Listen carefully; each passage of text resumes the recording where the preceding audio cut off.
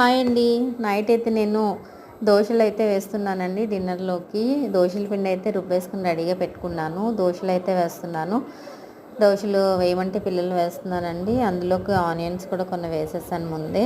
అలాగే చపాతీ కూడా చేస్తున్నానండి. దోశలు, చపాతీలు 2. చపాతీ అయితే పిండి మనం వాటరు తడుపుకుంటూ ముద్ద చేసుకున్నామనుకోండి, చపాతీ అనేది చాలా మెత్తగా దూదిలా వస్తుందండి. ఇది దోశల్లోకైతే నేను పల్లీ చట్నీ చేశాను. అలాగే చపాతీ కూడా వేశాను కదండీ! అందులోకేమో పెసరపప్పును, క్యాబేజీ కర్రీ అయితే వండానండి. చాలా బావుంటుంది. మనం పిండి ఎప్పుడైతే వాటర్ తడుపుకుంటూ చపాతీ పిండి ముద్దగా చేసుకున్నామో బావుంటుందండి.